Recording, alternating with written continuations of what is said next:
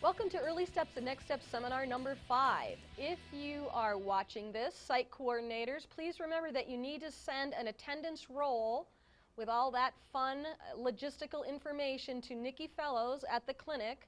Fax it up to her. That information is all on the original 4 seminars, so you should know, hopefully by now, what information she needs. And remember that attendance at these seminars is required for certification, and in order to get that information recorded, someone needs to send us that so we can use it for determining your certification. So thank you. Today, on our final seminar, we're going to spend some time talking about the research base, the empirical evidence base behind early steps and next steps. And as you'll see from our title today, we're actually calling it the Virginia Intervention Model. And I did that to provide you with some intellectual history, some theoretical history about where the particular models, early steps and next steps, come from. And to do that, we need to go back and talk about the McGuffey Reading Clinic at the University of Virginia in the 70s, and in particular a gentleman by the name of Ed Henderson, who did some exceptional pioneering work in word recognition development and spelling development for beginning readers and writers. Ed Henderson was really a pioneer in terms of using children's errors, actually, mistakes that they made in spelling and in word recognition to gain insight into what is actually in the child's head. And if you remember, we talked about that at one of our earlier seminars, thinking about it in terms of what's in the child's head in terms of word knowledge, knowledge about orthography in particular. And Ed Henderson ran the McGuffey Reading Clinic. He was an exceptional reading clinician. He ran his reading clinic. We actually have modeled portions of our reading clinic at the U on what Ed Henderson did at the McGuffey Clinic at University of Virginia. Parents brought their children in from all over the area. They performed a battery of assessments. They provided intervention there, trained graduate students who were getting their masters in education and with a focus in reading. Those folks would cycle through the clinic, and by doing the assessments and working with the kids in doing intervention, gain knowledge about how to work with struggling readers. So Ed Henderson actually managed to recruit some exceptional doctoral students in the late 70s and early 80s, and some of these names you'll be familiar with. Chief among those in our eyes is a fellow by the name of Daryl Morris. His colleagues in terms of being graduate students at the time were folks by the name of Don Baer, Shane Templeton, Marcia Invernizzi. Francine Johnston came along a little bit later. You'll recognize those names from the award-winning book Words Their Way, an approach to phonics, vocabulary, and spelling instruction. Those folks were all getting their doctorate pretty much at the same time with Ed as their mentor at University of Virginia. And so a lot of what they learned about word recognition development and spelling development came through his tutelage and his mentorship as they worked with kids at the clinic. And then from there they went on to all different places all over the country. University of Nevada at Reno, Marcia Invernizzi still at Virginia, Daryl Morris down at Appalachian State. And through the folks they've worked with, they have mentored other folks, including us. And so the Virginia Intervention Model has become refined and edited and expanded, and it's had particular success out here in Salt Lake City. Hence the name, the Virginia Intervention Model expands to the West. In our work with Daryl Morris, where about 5 years ago he came out to train us, and in the course of that we wanted to conduct some empirical investigations into the effectiveness of these models. And so over the course of time we've collected 4 fairly good-sized data sets. And so I'm going to summarize those data sets for you today and tell you a little bit about what we've learned from our empirical investigations of these intervention models and what I think we still need to know. Just want to acknowledge the folks who've spent a lot of time over the years working on this and working on, in particular, these 4 data sets. Of course, I want to acknowledge Daryl Morris as our foremost mentor in this in terms of both the theoretical, conceptual, and applied aspects of these models. And then these folks over the course of time were involved in collecting the data, etc. And I also want to acknowledge one of our co-authors, Matt Fields, who directed the data collection, data analysis, and writing as well on the piece that was published. Okay, so let's talk about the theoretical framework. What's in the Virginia model of intervention? When you talk about this particular model, you're talking about basically 3 instructional vehicles. You're talking about, and if you think about early and next steps, you're going to see these 3 instructional vehicles in each model. You're going to see guided reading at instructional level, and that's a critical, I would really need to bold that word instructional, okay? You're going to see systematic isolated code instruction. By that I mean phonics, high-frequency words, and spelling work. And then you're also going to see fluency work in both models, early steps and next steps, a focus on building rate and accuracy to acceptable levels. This particular early steps and next steps are done typically in a one-on-one format. And in all 4 of these data sets, that's how they were administered. But you can also, as you know, transfer these particular techniques to small group as well. If you're interested, these citations here at the bottom are the empirical studies that have been published thus far in high-quality peer-reviewed journals. And if you look at your early steps, next steps binder, you will see the full citations for those. So if you're interested, for your administrators or for anyone else at your site who's interested, these are the sites where you can really look up the full description of each one of these studies you're going to hear about here today. A little bit of historical background. The University of Utah Reading Clinic was created in 1999. Okay? In 99 and 2000, Daryl helped us pilot early steps here in 3 schools right here in the Valley in Granite District. The following year, we did a follow-up with early steps, expanding to 9 schools, and we piloted next steps. In 01-02, we collected a lot of data with regard to how do these models work with English language learners. That's become a huge issue. People are extremely interested in what they can do to be more effective with English language learners, because here along the Wasatch Front and frankly all over Utah, there's been a really enormous influx of English language learners over the last 10, 15 years. And as we know from the data here and nationally, particularly children of Hispanic origin are not doing terribly well in terms of reading achievement. The following year, by that year, 01-02, we were in 18 schools in the state doing early and next steps. The following year, we were at 28. Last year, at approximately 35. This year, we're approximately we've trained or are training in early steps and next steps in about 41 schools and no end in sight. People are lined up. So it's a model that has received increasing popularity and acclamation around the state, and folks are frankly lined up to get the training. And why? That's a subject for another day. Okay, let's talk about one of the main research questions that guided these initial investigations.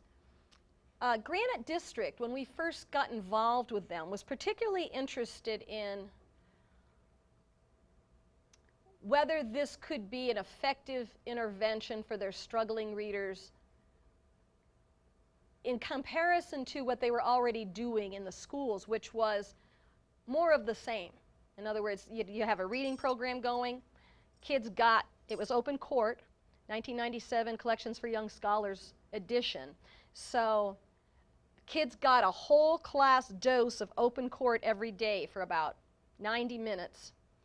And then kids who were struggling would have a small group intervention of more of open court.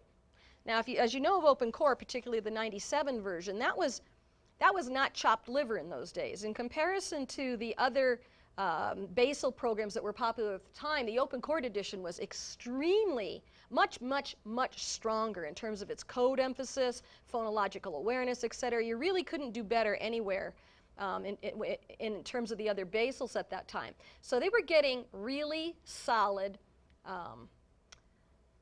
regular, comprehensive, 90-minute block reading instruction. And so they figured, well, why should we do this other stuff if just hitting them with a little bit more of the open court will help? So they wanted us to run a study. So we did, and the question we asked at the time was, Is the Virginia intervention, early and next steps, effective for at-risk and struggling readers who are already receiving 90 minutes of a scientifically based reading research program daily? Is it more effective than this open court small group intervention? Okay, so methods. We have two data sets here. We have an early steps data set and a next steps data set, each of which we ran against a control group of small group open court intervention. Okay, and as you know, in early steps it's one-on-one, 30 minutes daily. Next steps is one-on-one, 45 minutes twice a week. Okay, and in each one you do get those instructional components I talked about earlier: guided reading and instructional level, word study, phonological awareness and spelling training, and then fluency work. Okay, the kids in the control got an extra 30 to 45 minutes daily of small group intervention, and the goal there was to reinforce open court. Now, if you're thinking about, well, these guys are getting one-on-one and these guys are getting small group, of course these guys are going to do better. Of course the control is going to do better. One of the things you need to keep, that is a limitation that you have to acknowledge, no question. But we feel that that limitation is significantly offset by the fact that you'll see that even though the early steps kids got one-on-one daily, they got significantly fewer sessions overall than the control kids. And when you compare, and particularly when you want to look at the next steps kids who only got twice a week, remember that the control was getting intervention on a daily basis for as much time. Okay, so that sort of offsets that grouping variable intrusion. Okay, let me share with you a little bit about what the measures look like.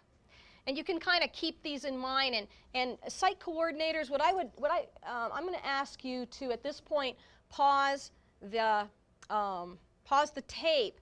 And what I'd like you to do is get one of your testing packets and pull out Baby Bear Goes Fishing, Mouse Tales, Frog and Toad, Wild Wild Wolves, and Kate Shelley. Pull those out and just have those out so that folks can take a look at those as we go, and keep hold of this in your notes, because you'll want to be able to equate. What are we talking about when we say a group achieved 4.2?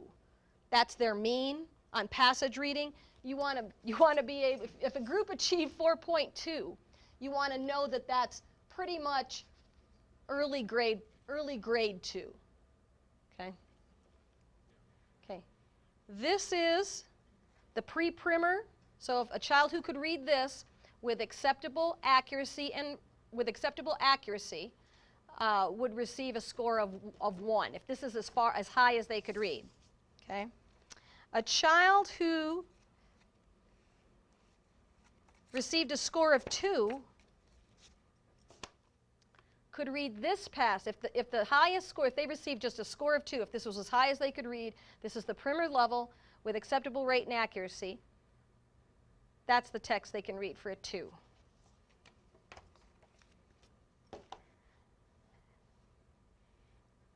Child with a score of 3 maximum on passage reading could read this passage with acceptable rate and accuracy.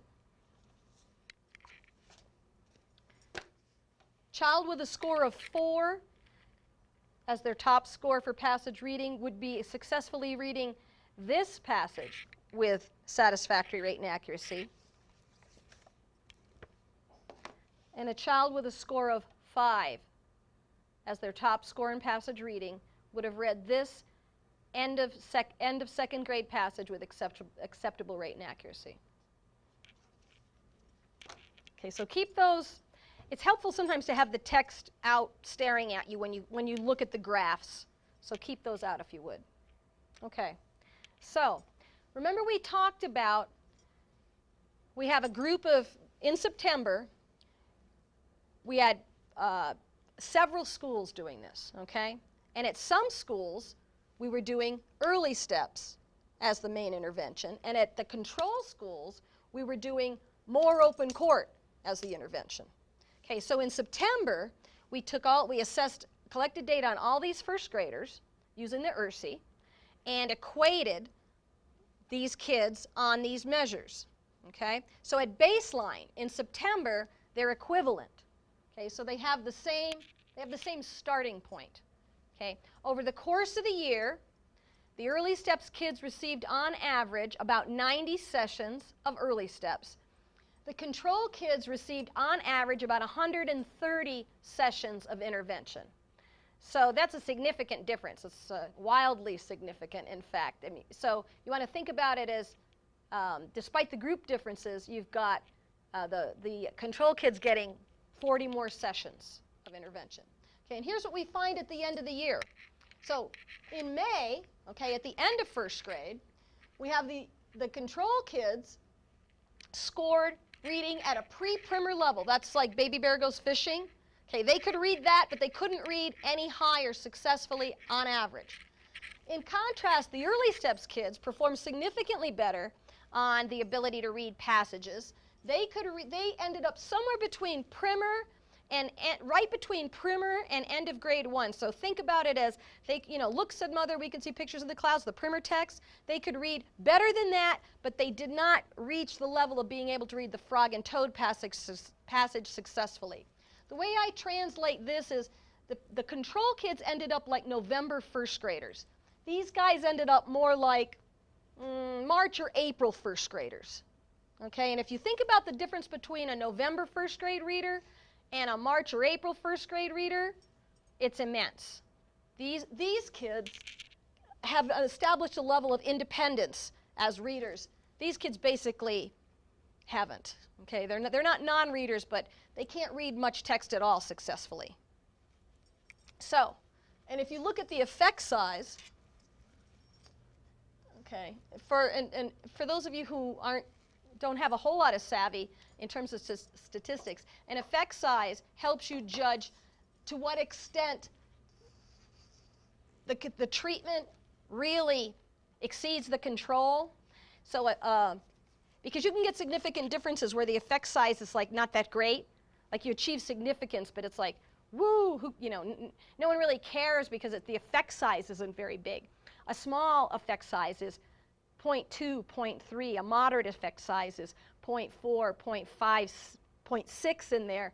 You can see by this effect size, 0.86, that's a very, very hefty, nice, strong effect size. So what it tells you is these guys did much better.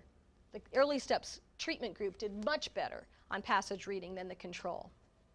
I should make the aside also that we collected data on more than just passage reading. And the results are exactly the same. Standardized measures of the Woodcock passage reading, Woodcock pseudo-word, which is the word attack, same exact differences. Spelling, no matter what measure we gave them, you basically get this trend. And here I'm just reporting the passage reading data because that's really what people mostly care about. To what extent can they read books? And that's what this is on. So, nice whopping effect size. Keep your eyes on that. That's important. Okay, so this tells us about early steps. So in this sense, we can say, well, kids who received early steps as intervention did better than the control kids who received regular district Title I intervention, more open court. Okay, so now let's look at next steps. Next steps kids versus controls. This was the following year, more schools in Granite District, same exact procedures and methods in the study. Several schools doing next steps, several schools doing regular, traditional Title I type intervention. You can see that in September, actually, the next steps kids started, these are not significant differences, okay? For all intents and purposes, they're the same. But you can see in terms of the trend of the data that the next steps kids even started out a little bit behind the control kids. Now what we were looking at here when we were assessing kids in September is we were looking for second and third graders who were behind.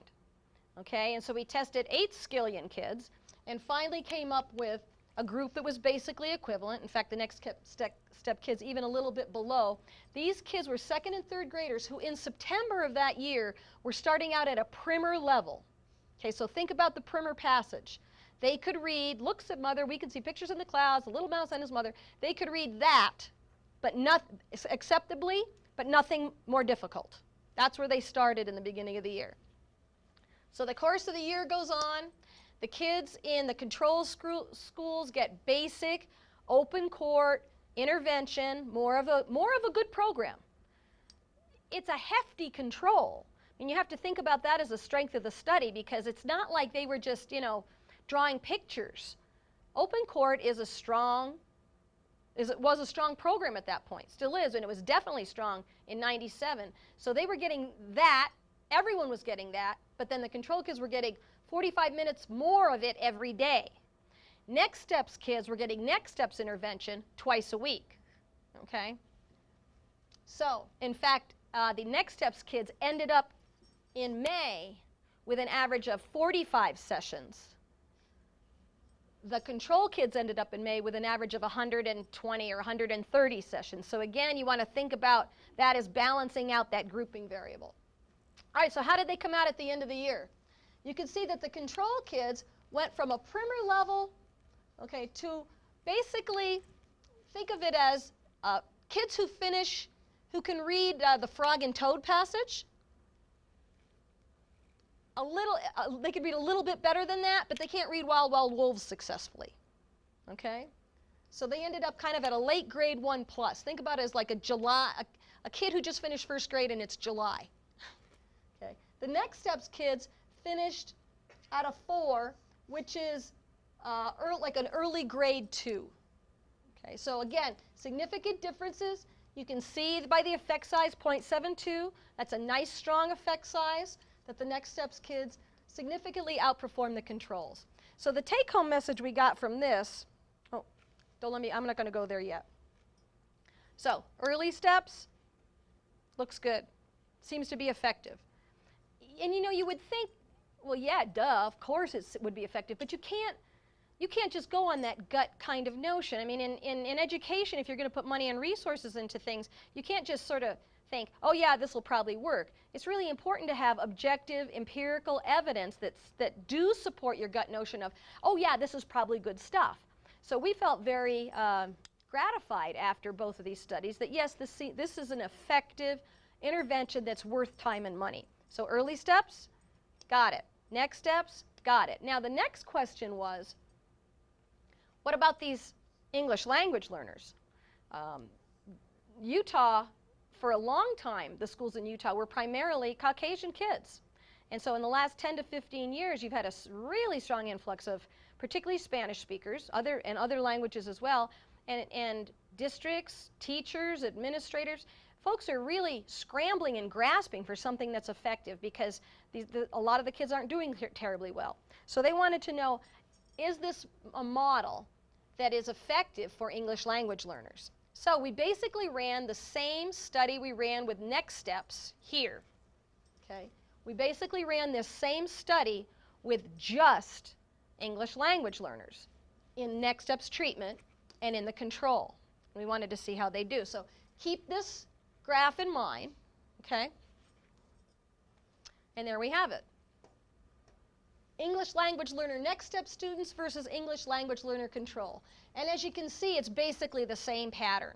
This is a significant difference, not as whopping an effect size, but still a very respectable moderate effect size, showing that the treatment was worth it over the control. There was a significantly bigger bang for the treatment buck than the control. Okay, notice that these kids started out at a primer, right between primer and end of first grade, ended up mid-second. The early steps kids ended up at mid-second, and these kids ended up at an early second. Okay, so again, significant differences suggesting that this particular model is, even with 2 days a week versus daily, is more effective. So we had another question, and this is an interesting one as well, particularly for districts and schools that have resource issues, and find me one that doesn't. Does anybody have enough money to do everything they want to do? No. And so the question is always, how can we get more bang for our buck when we invested in intervention? And in particular, there are questions ongoing about the effectiveness of paraprofessionals, of teachers' aides in terms of delivering intervention. Are they as effective as classroom teachers? You know, depending on who you talk to, you will have some people say the only people who should be working, low readers, poor readers, low achieving readers, should not be working with anyone except a certified teacher. Okay, so that becomes a real resource question, because how many certified teachers can you have who deliver intervention all day? So one of the things we were interested in asking was, can non-certified educators, that is teacher aides, paraprofessionals, can they deliver next steps effectively when supervised by an intervention specialist? So the notion isn't, you know, turn a bunch of people loose willy-nilly and let them tutor kids as they see fit. There was a level of supervision here. And so what you want to think about is go back to this study, this particular study, the next step study, and then think about this group of kids, the kids who were receiving next steps. Let me tell you a little bit more about what the educators look like who were delivering this. In this next steps treatment group, they were being tutored by two kinds of people. You had your basic certified educator types, okay, in here. You also had a group of paraprofessionals, teachers' aides, okay, tutoring in here as well. So you have the same kinds of kids receiving the same kind of intervention, but from two different kinds of groups in terms of experience and rank, okay? And so we asked, if you look more closely, if you disaggregate the data from this group, and if you look more closely at it, who's responsible for this effect? Who's carrying that effect? Is it the teachers? Is it split halfway? Is it the aides? I mean, your gut instinct would say to you, well, it must be the teachers. Okay, but again, you can't just go on gut instinct. You have to really look at the data objectively. So that's what we did. So we asked, did the non-certified folks, did the teachers' aides, did they hold up their end of the deal? Did they hold up their weight in achieving that effect for the next steps kids? That's what we were asking. And remember that everyone at the time, let me go back here. This group, everyone, certified and non-certified alike, was being supervised by an intervention specialist. All of them were being supervised, because even the certified teachers, no one had experience doing next steps. Certified teachers, teachers' aides, they were all new at doing next steps, and so they were all being supervised by an intervention specialist. Darryl Morris. Okay, so here's what we found. Now this is real interesting. The first question we asked was, okay, so if you take the kids who were the kids that the aides had, take the kids who were tutored by certified teachers, get rid of them. We're looking at just the kids tutored by aides, okay? And if we look at just the kids tutored by aides and position them against the controls, do you still get a significant difference in passage reading? Okay, and the answer is yes. This lets you know that if the aides didn't hold up their end of the bargain, I shouldn't say hold up their end of the bargain. If the aides didn't contribute to the effect in a meaningful way, you wouldn't have this significant difference anymore. That would let you know that, okay, it was the teachers. They carried the day. But you can see right here, you've got a significant difference in passage reading. You got a nice, high, moderate effect size. Okay? So that, just by looking, and this was consistent across all measures. Remember, we gave multiple measures here, not just passage reading. We found the same trend across all measures with the exception of word attack. So what we've established here is that the paraprofessionals, the teacher aides, did indeed contribute meaningfully to that result, okay? Their kids beat the control kids in terms of passage reading ability, if you want to look at it in a simple way. Now, there's another way to sort of examine this question about the efficacy of teacher aides, paraprofessionals. The other way to look at it would be to ask, okay, we know they beat the controls, but how did they stack up against the teachers who were receiving the same training and next steps? Let's take a look at this slide. As you can see, okay, the aides kids actually started out a little lower. Here's where the next steps, so the next steps aides kids started out here. The next steps teachers kids started out here, actually a little higher. So there was this initial difference between the two. Both groups improved, but you'll see that at the end, there's basically the same difference between the group as there was when they started. That means there are no significant differences between these two groups. Both groups improved, and the teachers' groups did not improve significantly in comparison to the aides groups. Now, you've got a small trend in the data here, but remember, these guys started with almost the same difference, okay? So what this tells you is both teachers and aides were successful at bringing their kids along in passage reading, and the kids who had aides delivering intervention were ended up basically the same as the kids who had teachers who were delivering intervention. Now, before all you teachers out there slit your wrists and think, why did I go to school and spend all that money and get all those loans, I do need to tell you that there was one significant difference between aides and teachers, and that is when we looked at the data on word attack, kids' ability to read pseudo words, nonsense words accurately, a word like, for example, glimp. It's not a real word, but you would know that that's how you pronounce it based on your knowledge of phonics, patterns, etc.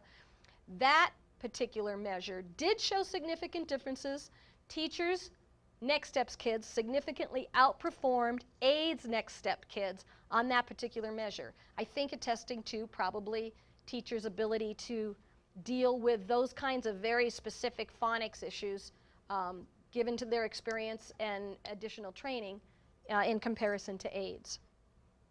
But the good news from this is, the good news from these two slides tells us this, that when teachers, aides, and paraprofessionals are supervised by someone who knows what they're doing in intervention, they can be extremely effective deliverers of high-quality intervention. And it's a good way to use resources. So we're really pleased about that.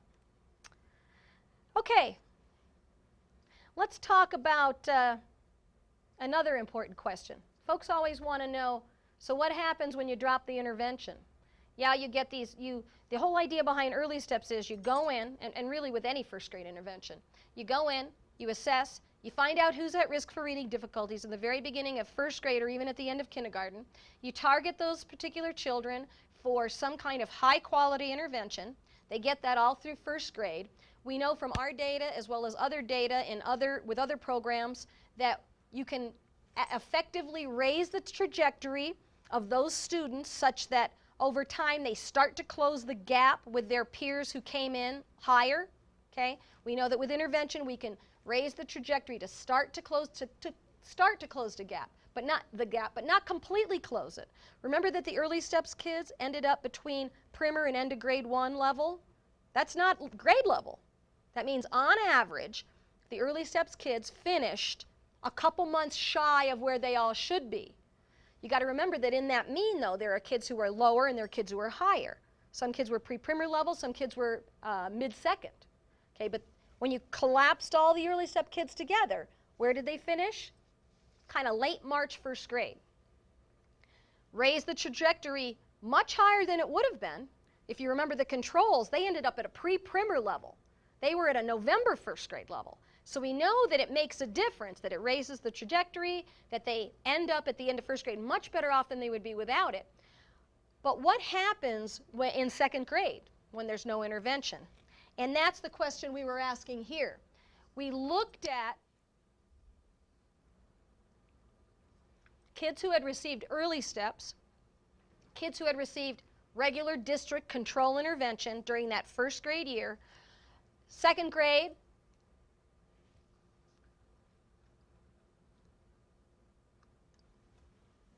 no early steps. Everybody gets regular district intervention in 2nd grade. Okay, so let's see what happens. What do they look like? So we went out and we assessed them in March. We went out in March and we got all these 2nd graders. The early steps kids had received early steps in 1st grade, no early steps in 2nd grade, just regular district intervention. The control kids had received regular district intervention in 1st grade, regular district intervention in 2nd grade, and let's see what we got. Okay, so this study really goes over 2 years. Okay, remember where they started in 1st grade, basically non-readers, all at risk, equivalent at baseline. Okay, this is that study you've already seen, where the control kids ended up on a pre-primer level. They could read the Baby Bear book, but nothing higher. The early steps kids ended up between Mouse Tails and Frog and Toad. Okay, like late March 1st graders. Okay, so there was that significant passage level effect that we saw a few slides ago. So this is the end of 1st grade. Let's look at what we get in March of 2nd grade. We've dropped the early steps intervention. You can see that differences continue. These are still significantly different. In other words, the early steps kids continue to outperform their peers in the control group, even as of March of 2nd grade. Okay, but notice that the difference is attenuated. The difference is not as great as it was. The question you have to ask yourself is, do these differences continue in this parallel way in 3rd grade, or does the gap continue to attenuate, come closer together? That's an empirical question that needs to be looked at. But we were pleased to see that even in March of 2nd grade, there continued to be a significant difference in passage level reading for the children who had received early steps. These guys but that's the good news. Okay, the good news is they're continuing to outperform their peers. But look at where they are in terms of where they need to be. They're reading like basically early 2nd graders in March of 2nd grade. They're further behind where they should be than they were at the end of 1st. In other words, they've lost their trajectory. You can see it's flattened a little bit, right? It should be going like this. If it's flattened a little bit, that means they're not making progress at the rate they need to make. They're making better progress than the controls. These guys have a ton to catch up. Okay, but so that, it depends. You look at it as, I look at it as the glass is half empty and it's half full, because what it says to me is these guys, the job wasn't finished here. The job wasn't done. You can't just take at-risk, on average, you can't just take a group of at-risk 1st graders, hit it hard in 1st grade and expect everybody to be fixed. I have some personal knowledge about this particular data set because I tutored in that original early step group. One of the children that I tutored in that early step group, little gal who was just behind in everything, she made grade level at the end of 1st grade. I was thrilled. I remember I walked out of the school, I was crying, I was so happy. I was like, it works, it works. Because this little girl, she didn't have any kindergarten because her mom decided if she couldn't send her to private kindergarten, she wasn't going to send her to any kindergarten. I don't follow that logic, but that's the way it was. She came in very behind in the beginning of 1st grade. We worked and worked and worked. She made grade level at the end of 1st grade. When we so she was on grade level here. Okay? She was right up here. She was better than the mean. Okay? When we went back and tested her in March, okay, she had not moved 1 iota. Her passage reading score was pretty much exactly the same as it had been when she finished 1st grade. In March of 2nd grade, I had a heart attack. I remember staring at this. I was flying to DC for something. I spent the whole flight staring at the seat in front of me. I was furious because I thought, you know how it gets personal at that point. I was like, I didn't spend a year of my life every day dragging her to grade level, bless her little heart, she was darling, to have her sit at the same place for another year. So I remember, and the same thing actually had happened to a colleague of ours at the time, that some of you may remember, Connie Weinstein. Same exact pattern with her child. Her child had finished 1st grade on an early 2nd grade level. She'd finished above expectation. She also had not moved one whit as of March in 2nd grade. So Connie went out. She tutored both these little girls for 8 weeks with Next Steps. Just 8 weeks with Next Steps. And guess what we found? At the end of 8 weeks, each child had bumped to the next level. In other words, from end of grade 1 up to mid-grade 2, and from mid-grade 2 up to end of grade 2 in 8 weeks. And so that was, while that's not something you publish, to me it was some fairly strong anecdotal evidence that for many of these kids, that even if you get them to grade level, and even sometimes a little bit above grade level, children of poverty, English language learners, etc., kids with low oral language background, you just can't figure the job is completely done and they're fixed. You have to touch back, you have to connect back in, do some assessment, and if they're not moving, they need a booster shot. So what have we learned from these data sets?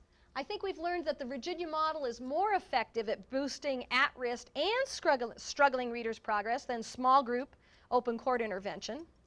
Then this finding extends to English language learner readers. We've also learned that teachers' aides can deliver the Virginia model effectively with supervision from an intervention specialist. We've also learned that early steps will not be sufficient for some at-risk readers to reach grade level. To finish the job, additional, albeit less intensive, tutoring may be necessary. That's where you can get some of the sites where folks have set up early steps and then next steps. You know, these kids can continue to receive help in 2nd and even 3rd grade if necessary. And I frankly think that when you take a child from a poverty background, add English language learner challenges onto that, the idea that my strong inclination is, I don't have data to support this, but my strong inclination is those children will need ongoing assistance of some kind throughout their school careers. Doesn't mean they need 90 minutes a day one-on-one with someone, but left to just sort of drift and swim in the mainstream of classroom reading instruction, I don't think will cut it. We also, I think, have learned that some students who reach grade level after a year of early steps or next steps might need subsequent booster shots. And the point is, you've got to maintain that trajectory at the desired levels. And if without the booster shots, they start to flatline on you a little bit. And in that sense, their performance doesn't reach desired levels. What do we still need to know? Well, here are some questions that we're still thinking about and some of which we're starting to think about collecting data on. I think we need to know, does the performance trajectory continue at desired levels when early steps is followed by next steps in grade 2? For example, if you get a child to almost grade level at the end of 1st and you follow up with next steps, does that get you to grade level on average? And of course, the question after that would be, and if you pull intervention in grade 3, does the trajectory stay high? Here's something that's interesting that we're beginning to investigate. How does the size of the group impact the effectiveness of the Virginia model? On a gut level, you have the inclination that one-on-one, of course, would be more powerful. But what happens if you have a closely matched pair or a closely matched group of 3? Could that intervention be equivalent in terms of effectiveness? You might get significant differences between that and a one-on-one, you might not. It's an empirical question that needs to be investigated. And toward that end, we're piloting a small group next steps model. Does group size interact with the severity of difficulty? For example, who really needs one-on-one and who can make it in a small group? My strong suspicion is the more severe the learning disability, the more severe the language issue, the more important one-on-one or really small group becomes. But there are other kids, I think, for whom working in a group of 3 might really do the trick. But again, that needs to be investigated empirically. Another question that I'm not terribly interested in, but some people might be, is how does the Virginia model compare to other one-on-one intervention models? Kind of a horse race study. Okay, we're doing reading recovery, we're doing early steps, let's go, gather data. I'm not terribly interested in that because, so many of them have similar components. So it doesn't really turn my crank, but some people are interested in that. And it is an empirical question. How does participation in a Virginia Model Practicum affect educators' knowledge of reading development and instruction? We've got lots of anecdotal self-report data from educators saying, this is the best thing we've ever had in terms of training. But how does it really impact their ability to execute in the classroom? It's an empirical question, not one that I want to collect data on, because that would be, you'd need millions of dollars to do that puppy. What will it take to help teachers apply what they've learned from the practicum in their classroom small groups? We are working on that this year, and we'll hopefully have something to report on that for you next year. And finally, how about cross-age peer tutors? If you had an intervention specialist, a reading teacher, say in a school, supervising, say, bossy 6th grade girls who were tutoring, doing a semblance of earlier next steps tutoring, might that be effective? Interesting question. And then finally, can the Virginia model be extended for students who can read at a 3rd grade level? In other words, students for whom next steps is not really appropriate anymore. Can the model be extended a la upper steps or advanced steps, and for kids who are above 3rd grade but still reading below grade level? And as you know, we're working on that as well. So just a little bit of research evidence for you. Again, if you're interested in reading more about those, you can find those by looking at these citations. We even have copies of these at the clinic. If you want, call one up and we'll be happy to send you one. Right, Nikki? Nikki's giving me cross eyes. No, she's not. She's exceedingly wonderful about things. And it's been wonderful working with all of you. Good luck, and let's keep in touch.